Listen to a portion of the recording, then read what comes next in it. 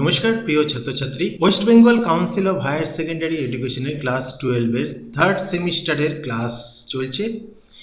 তো আজকে যে জিনিসটা করাবো সেটা হচ্ছে, তোমাদের সিলেবাসটা সামনেই রয়েছে, দেখো সিলেবাসের এই অংশটা আজকে করানো হবে। এর আগে পার্টনারশিপ থেকে শর্ট কোশ্চেন করানো হয়ে গেছিল।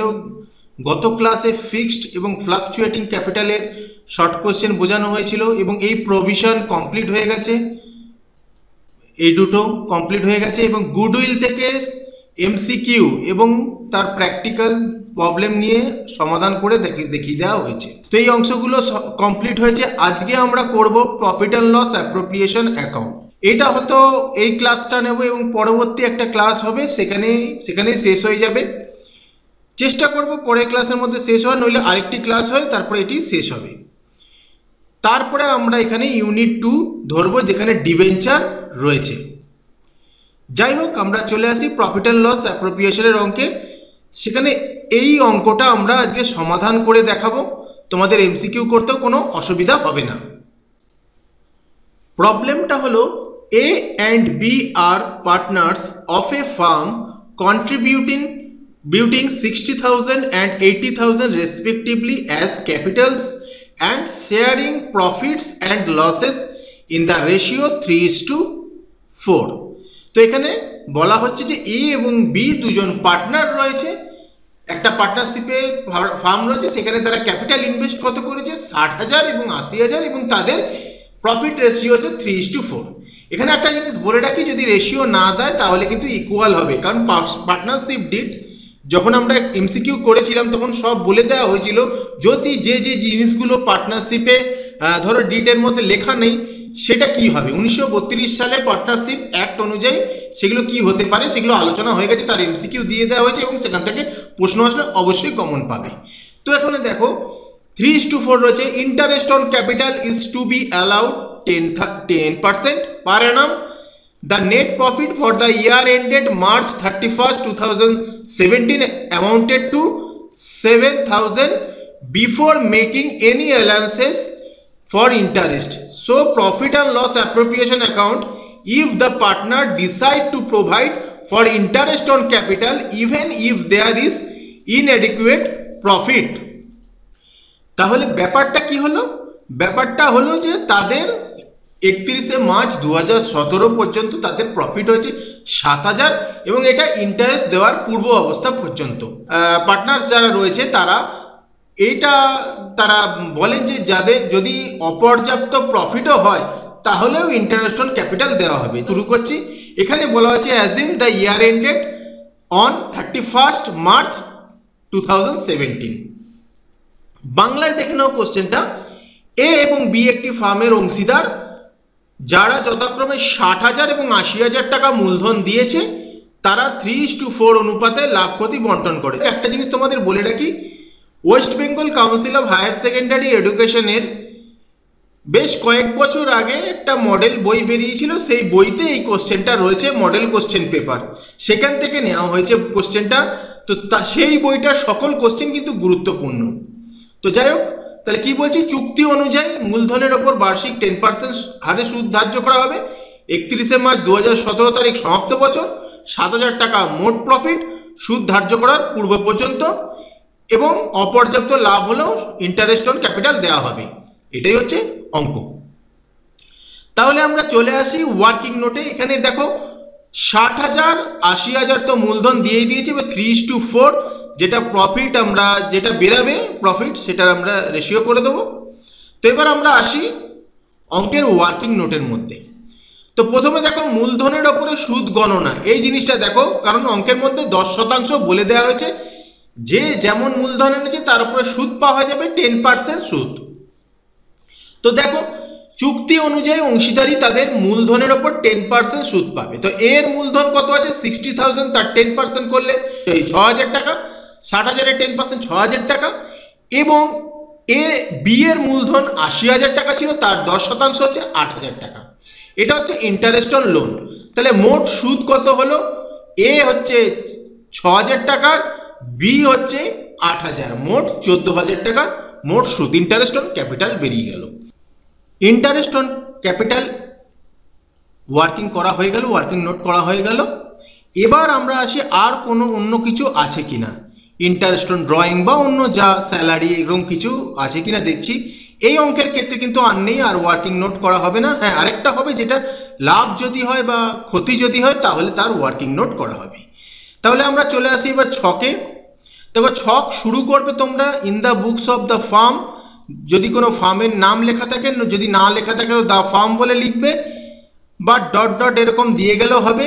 Profit and loss account for the year ended 31 March 2017, যেটা অঙ্কের মধ্যে বলে দেবে ইয়ার এন্ডিং।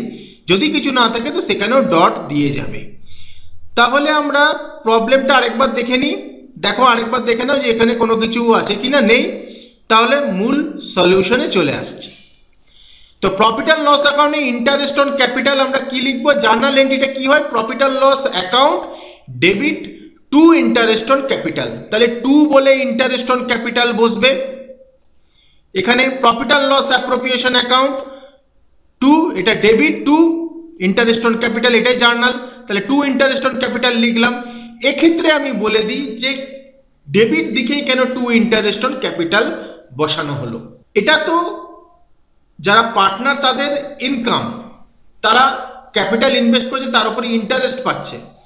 তা সত্ত্বেও এটা ডেবিট দিকে লিখলাম কেন, আমি যখন অ্যাকাউন্টেন্সি ক্লাসটা শুরু করেছিলাম, ক্লাস 12-এর এই ক্লাসগুলো বা 11-এর ক্লাসগুলো শুরু করেছি, সেখানে আমি বলে দিয়েছি, বারবার বলা হয়েছে যে এখানে ফার্ম, কোম্পানি, তোমার যে সংস্থা, তার একটা আলাদা সত্তা রয়েছে।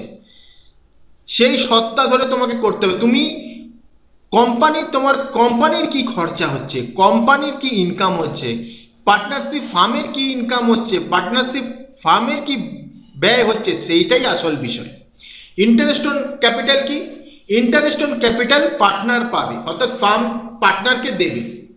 তাহলে পার্টনারের এটা খরচা, তো টু ইন্টারেস্ট অন ক্যাপিটালই হবে, ডেবিট দিকে যাবে। এটা ফার্মের খরচা। পার্টনারদের কি হচ্ছে সেটা দেখে লাভ নেই। পার্টনার কোনো একটা, ধরো এ আর বি কে যদি স্যালারি দেওয়া হতো, এ আর বি এর ইনকাম হতো, ফার্মের ইনকাম না। ফার্ম তো খরচা হচ্ছে ফার্মের, ফার্ম স্যালারি দিচ্ছে পার্টনারকে। তো ফার্ম এখানে একটা আলাদা সত্তা রয়েছে, কোম্পানি হলে তার আলাদা সত্তা রয়েছে। সেই অনুযায়ী দেখবে যে ফার্মে কি টাকা আসছে, ফার্ম থেকে কি টাকা যাচ্ছে। তো সেই অনুযায়ী এখানে ইন্টারেস্ট অন ক্যাপিটাল ডেবিট করা হলো। এবং এ পেয়েছে 6,000 টাকা, বি 8,000 টাকা, দুজন মিলে 14,000 টাকা পেয়েছে। এখানে 14,000 টাকা এই কলমে হবে। যাই হোক, এখানে দুটো যোগ করে এখানে আমরা লাস্ট কলমে আমরা লিখে দেবো 14,000 টাকা। ঠিক আছে, দুটো মিলে 14,000 টাকা হবে দুজনের। এবার আসি profit and loss account. Profit and loss account পূর্ববর্তী যে আগের যে অ্যাকাউন্টটা করেছিলে ট্রেডিং, তারপরে প্রফিট অ্যান্ড লস অ্যাকাউন্ট, তারপরে profit and loss appropriation account.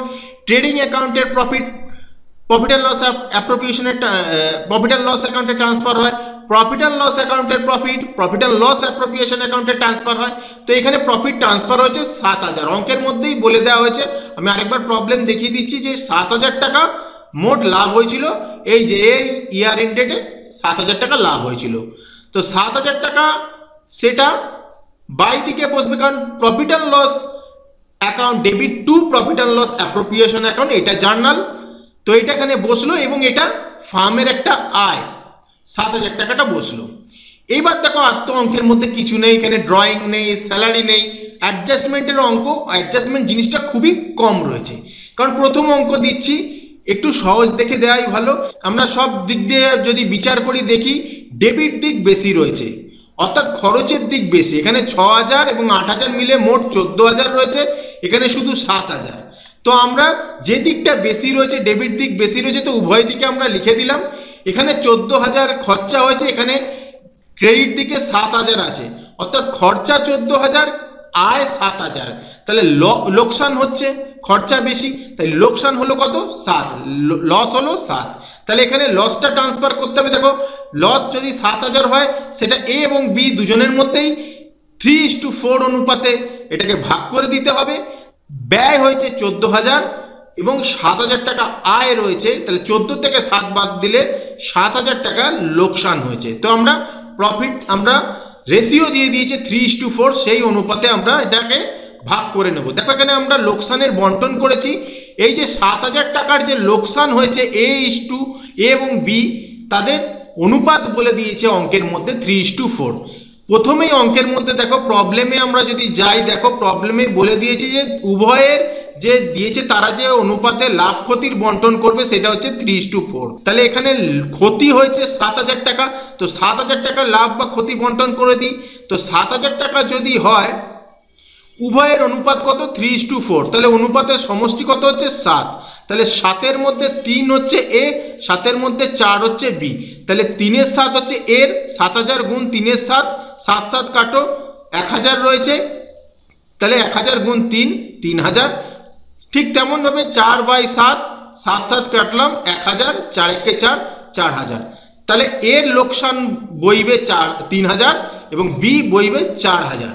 তো এখানে দেখো আমরা বসিয়ে দিচ্ছি by loss transfer to partners capital account. তাহলে যেটা প্রফিট অ্যান্ড লস অ্যাপ্রোপ্রিয়েশনে যে লস হয় বা প্রফিট হয় সেটা কোথায় ট্রান্সফার হয়? পার্টনার্স ক্যাপিটাল অ্যাকাউন্টে ট্রান্সফার হয়। তো আমরা পার্টনার্স ক্যাপিটাল অ্যাকাউন্টে ট্রান্সফার করি, যেহেতু লস হচ্ছে তাই বাই বলে লেখা হচ্ছে। তাহলে দেখো এ রয়েছে এখানে, এর লস কত হয়েছে 3,000, বির লস 4,000, এই 7,000।